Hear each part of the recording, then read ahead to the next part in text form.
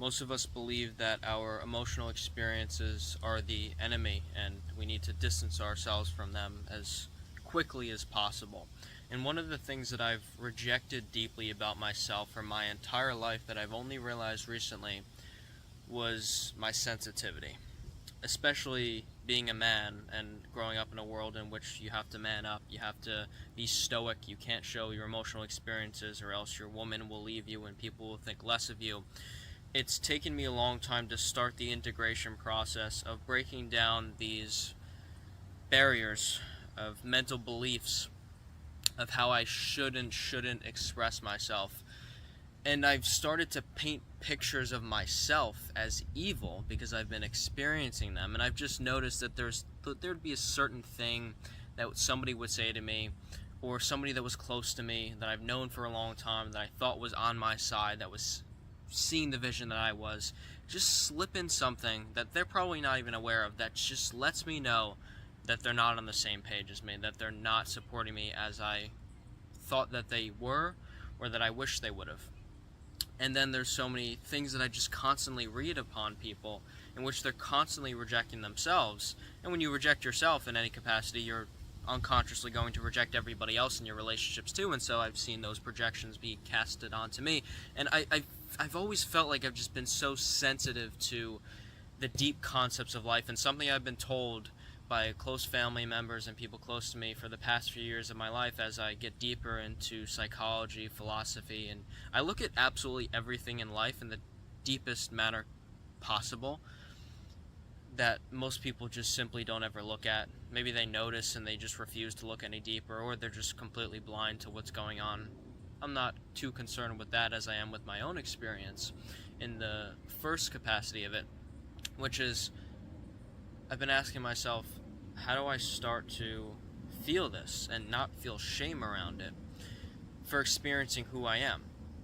And I had an experience a few weeks ago in which I felt a sort of rejection from someone very close to me, and I was having a conversation with my girlfriend about it, and she said something that hit me very profoundly, that of course you guys would have probably heard before, as I have, which is that sometimes you outgrow people. And sometimes you also outgrow old parts of yourself, but we have to make a distinction that there's old parts of yourself that you can let go of, and then there's old parts of yourself that have existed for a long time that show you the way, are your intuition, and are very powerful, but you continue to reject that part of yourself. So for me, it was my sensitivity. I can't feel this. Why? And I'd start to self-inflict this on myself, or at least shame myself for it. Of why am I experiencing this, and why is almost, if not every human interaction I have with everyone else, it seems like nobody else is experiencing this but me. I've never been able, a lot of us go throughout our day-to-day experiences pretending that we're happy and when we're not, pretending we're okay when we're not, putting on smiles when they're clearly fake. And I think because I've become so real in my interactions and expressing myself to other people, it's so clear to see how 99% of people are fake all the time. But it doesn't really make a difference, at least it seems like it doesn't, because since 99% of people are fake, when we're fake, we're just being met with somebody else's fake. So nobody's challenging us to start to interact with something that's real, a part of ourselves that exists, that we've been neglecting for so long.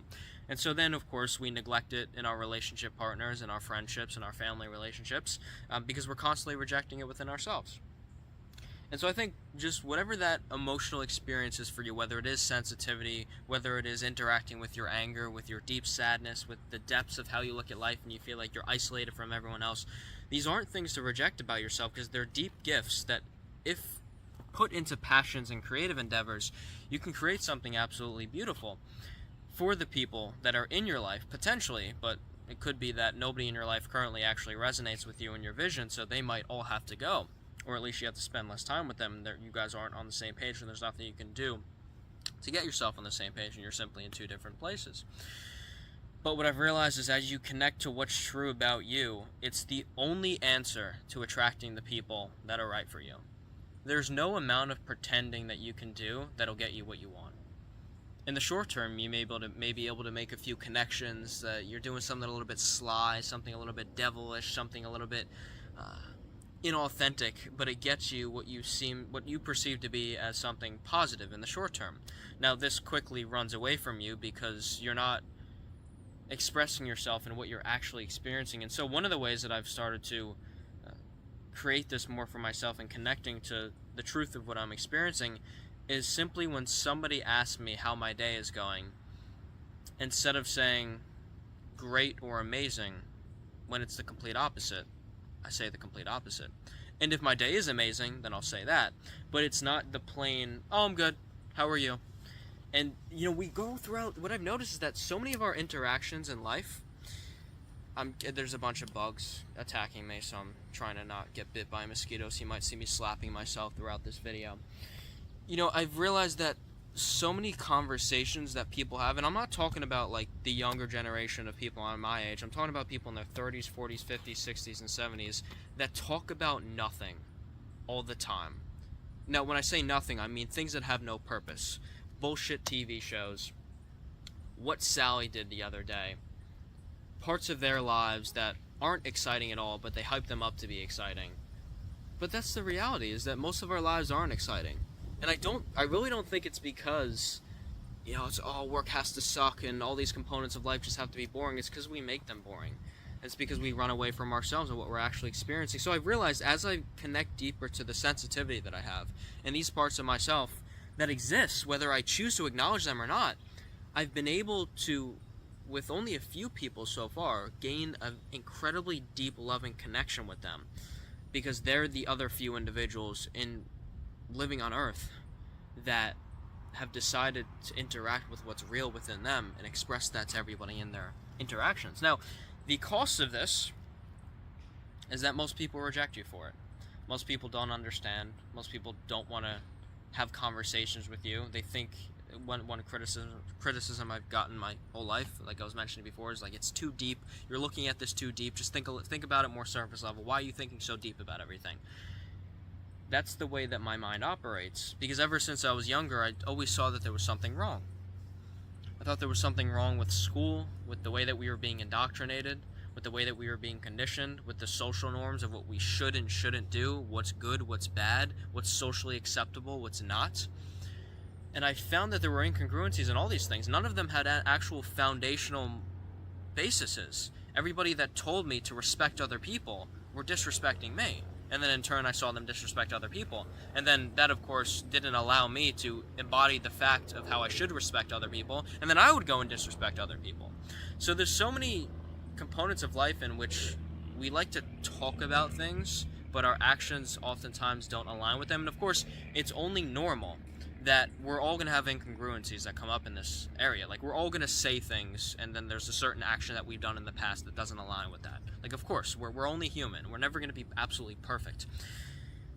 But if we can strive for the ideal, which is talking about things that prove to show progress, productivity, genuine fun, and growth, I think is the most essential piece. Now, the problem is I think most of us are branding our lives as fun, which is like we're just doing fun activities of like drugs and alcohol on the weekends, and then we don't enjoy our work, or we don't enjoy the school, we don't enjoy the business we're in, and we use that as an escape mechanism. You can, of course, do those things in healthy moderation, some would argue, and actually genuinely build a life for yourself. Now, of course, most people, even who have lives sustainably built for themselves, financially and otherwise, still have many vices that they go back to that are draining them. Now, they use it as an outlet to, like, the classic alcoholic of, I built, successful, I make a lot of money, but it's like, you feel numb because you haven't connected to any moral basis. You haven't connected to any foundation for your life, and you don't know what you stand on.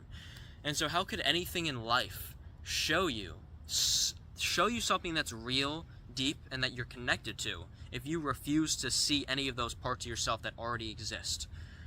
And then in turn you refuse to see them in everybody else, or when you do see them you reject them because you don't have the capacity to interact with these parts of yourself. So anytime you see it within someone else, you feel jealous, you feel envious, you feel like you want to bring them down. Even if in your conscious mind you're like, I hate them, there's a part of you that is feeling like you hate them because they're doing better than you. And that's a problem.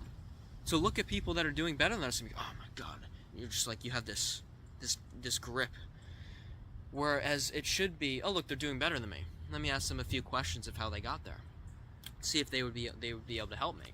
Because the answer is that most of them do. And a lot of people, I find this particularly among anybody really who isn't rich. And by rich I mean, like, I'm talking about rich in the definition, there's many different definitions of it, of the context of being financially wealthy. And most people that are either very poor or middle class or anything below that, you could say, are always looking at those people of, oh, rich people are snobs, they're all rude, they're all disrespectful. Some of the richest people I know are the most respectful people I know, the most real, the most authentic. But here's the thing, you're not always, respect is interesting because you're not always going to feel, you might feel disrespected at times, but you also have to question why you feel disrespected.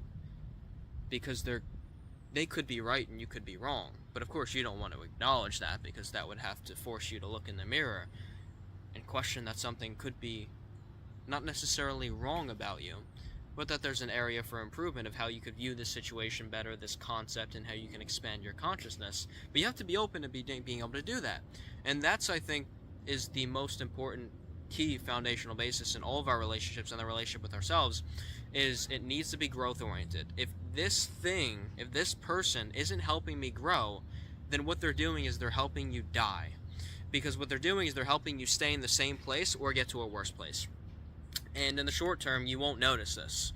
This is, a lot of the work I do with my clients and my coaching practices. I've been with my partner for 5 years, and within like the last 2 years, like it started off great, and then the last 2 years they're just so toxic and they talk crap about me all the time. They don't believe in me anymore.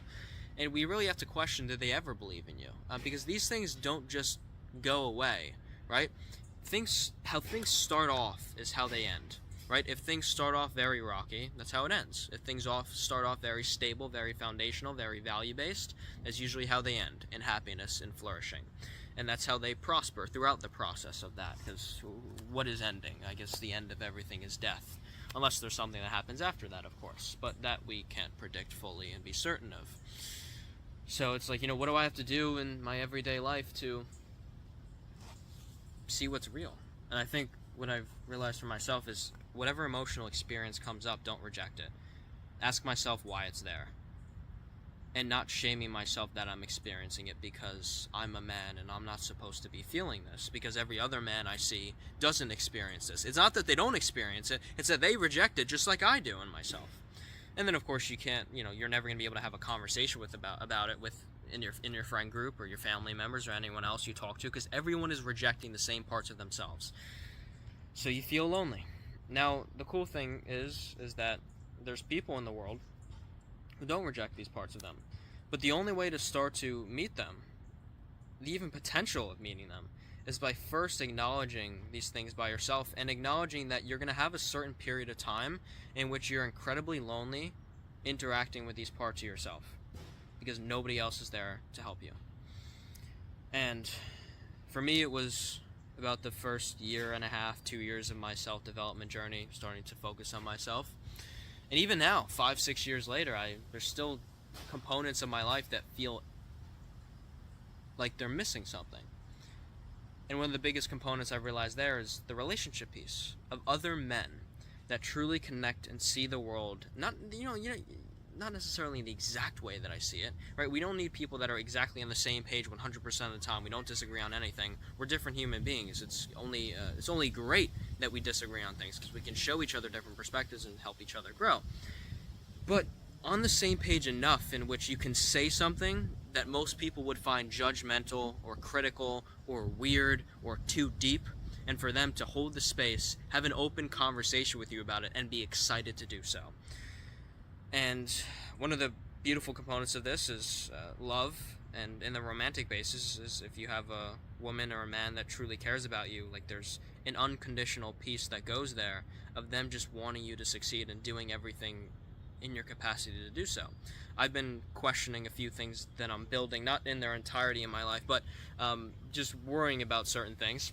And my girlfriend texted me that these simple basic things that we would say of reassurance of, everything's going to be okay and you're doing everything you can and you're doing a great job. How often do you ever hear that from anybody in your life? How often have you ever told that to yourself? Probably never. Probably not even once. Because you always feel like you're never doing enough. You always feel like you have to do more. And you always feel like there's someone doing something more and better than you, which there is. There's always going to be someone that's doing better than you and that's doing more. But the key is to look up to those people, see what they're doing, and experiment, incorporate what they're doing so that you can create it for yourself as well. Maybe not in the exact same capacity, but you can take inspiration from it. And so all of us are trying to reinvent the wheel and find our grand life purpose in this one thing. I've realized it's not all that. It's not just one thing. It's multiple things. It's multiple endeavors. There may be one core thing that you're going after, absolutely. Or it starts off as 3 different things that are branching off. And branching off in those 3 different areas allow you to find that big thing. But the biggest thing I've found is, as I do find more and more purpose in my life, it's constant experimentation, it's constant research, it's constant expanding my mind, taking in different perspectives, challenging my own belief systems. Because a lot of life is unlearning and not just learning. We're always trying to learn new information, but we find you have to acknowledge that a lot of the I want to learn new information, you're very biased in doing so. Like you care about this, so you're passionate about that, and then inevitably that would mean that there's an opposite spectrum to whatever that belief is or that concept that you don't agree with, or that's on the opposite side of the spectrum. So you refuse to look at that. But here's the thing: since everything in life has duality, those parts that you reject are also present within you. It's like the moral idealists, the very religious people that are like, oh, I'm the most moral, I'm doing everything for God, and it's like, at your core, you're still an animal. And at your core, you still have biological mechanisms and principles guiding you, whether you want to accept that or not. And so one of the biggest things people reject is sex, right? And it's like, oh, I can't talk about sex before marriage, or I can't interact with that. So you either go to like moral idealists, no sex before marriage, or you go to like, I'm gonna have sex with everybody I've ever known in my entire life and just try and rack up as many numbers as possible. That being said, neither of these, most people would paint no sex before marriage, good, moral, amazing, ideal. Hooking up with a ton of people, very evil, despicable, disgusting. Now, when I first hear these things, that resonates, right? But then we have to ask ourselves, why does this resonate?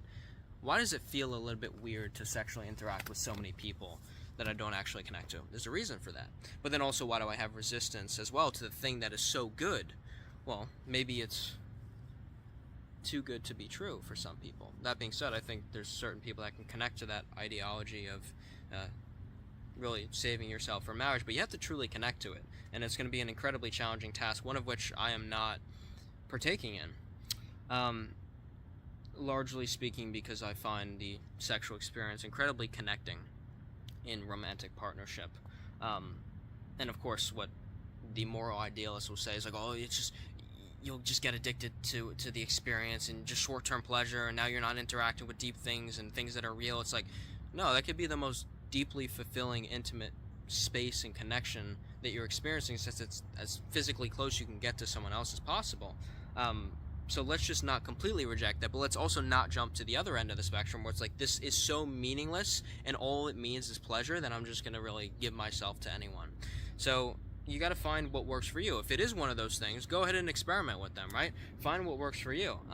But I will tell you that the realm of hiding behind that you can't talk about these concepts before marriage isn't going to help you. And also the concept of how none of it really matters anyway, you should just have fun, also isn't going to fulfill you either. So you got to find what's in the middle for you. Or you can just disregard with what I'm saying and reach for one of those and see how it ends up for you. I know for a fact that the one on this side of the spectrum of just being with everybody will never feel fulfilling, because that's why you always need somebody else, because it's not fulfilling. Otherwise you would be okay with it. That's why partnerships and relationships, monogamy is the ideal, because it's challenging, but it's exceptionally fulfilling if you pursue that challenge and if you work through the trials and the tribulations, which of course most of us aren't willing to do because we're rejecting every part of ourselves. So how can we challenge ourselves? Because that's what relationships are. Don't think that you can get into a happy, fulfilling relationship and you're not going to be challenged in every facet of your life. I've been in plenty of romantic relationships before. I had had plenty of short-term dating experiences, and my partner who I'm with now, that I envision being with her for the rest of my life, it's been the most loving, incredible, deep experiences possible, and also the most challenging one I've ever experienced. Why? Because it's real. What's real is deeply challenging because you've lived most of your life inauthentically, not interacting with what's real. So once you start to invite real truth and honesty into your life, you're in for a wake-up call. And then you might even think then, like, well, ignorance is bliss, maybe I should just stay here. You could. And then you can come back to me in 5 years, and you don't even have to open your mouth, because the look on your face will show me everything of how you've just been letting yourself die internally. If you're not interacting with what's real, you're interacting with nothing, and you're living in a constant state of delusion. That's most people. What's the weather like? How's your day going? Oh, that's a cool thing. I got that construction done. I mowed the lawn the other day. Who cares? These are such minuscule things about life that we care so much about because we haven't connected to anything. We haven't been reaching for something higher than ourselves that could be a religion, could be something spiritual based, or it just could be helping other people, or all three, right? But you have to actually expand on these things, and before you discredit all of the parts of yourself that you've been rejecting for so long, you have to explore them before you just instantly reject them. Because what we don't understand, we reject. And I heard it was actually a really cool statement from one of my mentors, actually. He was talking about how, if you envision yourself as a kid, and any kids that you interact with now, if there's ever kids, or when you were a kid, you watched a movie or a TV show, and there was like a kissing scene, right? What would you do? Obviously, before you went through puberty, you would like kind of laugh or giggle a little bit, and you'd kind of cover your eyes, like, ew, like I don't want to look at that. And he said, one of my mentors said that the reason that kids and that we do this is because we feel something so powerful in relationship to something that we don't understand. So what do? We criticize and reject it.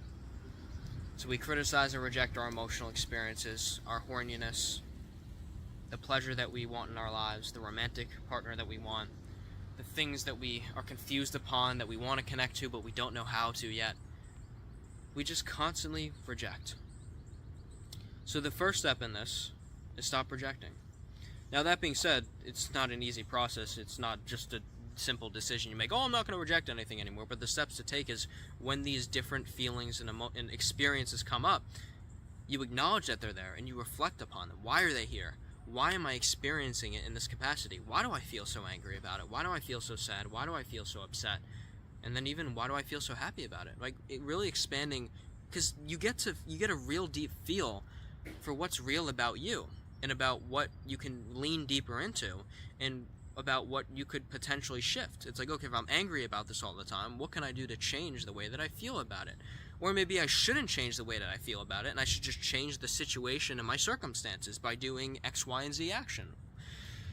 But to expand on this and to find the answers, we have to give ourselves the space to experience the feelings, right? For the anger, the frustration, the sadness, the sensitivity, all of these components of myself, I was just, the second I feel that, no, scroll on my phone, watch a TV show, or instantly watch a YouTube video, how do I fix this? Right? It's like, feel into, because sometimes your body and your mind has the answer laid out right there for you. But it's so hard to see that if you refuse to see it. So open yourself up a little bit more. Kind of expand yourself. If you have a person or two you can go to and have a conversation about this, and have an expansive dialogue in the depths of these concepts, you can do so. But if you just have yourself, that's enough to get started. Like I said, first year and a half, 2 years for me, just myself, went to all my friends, told them about the self-development stuff I was doing, the habits I was building, the mindset shifts. They laughed in my face, told me I was stupid, they rejected me for it, right? Because they didn't understand it. And then what happened? A few habits in particular that were very unorthodox to the common person, about a year later, after they saw the results of how it was helping me, they actually started doing it themselves. So live by example, don't speak by it. Well, in combination, of course. But yeah, there's two different types of communication. There's the things that you actually do, and there's the things that you say. And you have to bridge the gap between both of them. And like we were mentioning before, There's always going to be incongruencies of sometime you say something and then you don't follow through. But the integration process of this is, as much as possible, saying what you want to do and actions lining up with that. And this is an exceptionally difficult task, especially if you haven't done it before. Don't expect it to be easy, but expect it to be 100% worth it. Because if I took myself 5 years ago, holy shit, I was miserable. And am I 100% happy today? No. I also don't philosophically believe that that's possible to be happy 24/7. But I'm a billion times better off than I was before, as a result of looking at myself and interacting with what's real, truthful, and honest, and doing my very best to present that to everybody in my life as well. If you're a man and you're looking to really level up more in your life, focus on self-improvement, advancing your relationships, growing spiritually, I run a community with men where we hop on group calls on a weekly basis, hold each other accountable, set goals together, learn new information together, expand on these things. And I'll leave the link in the description for you to check out if you would like. And I'll see you guys in the next one.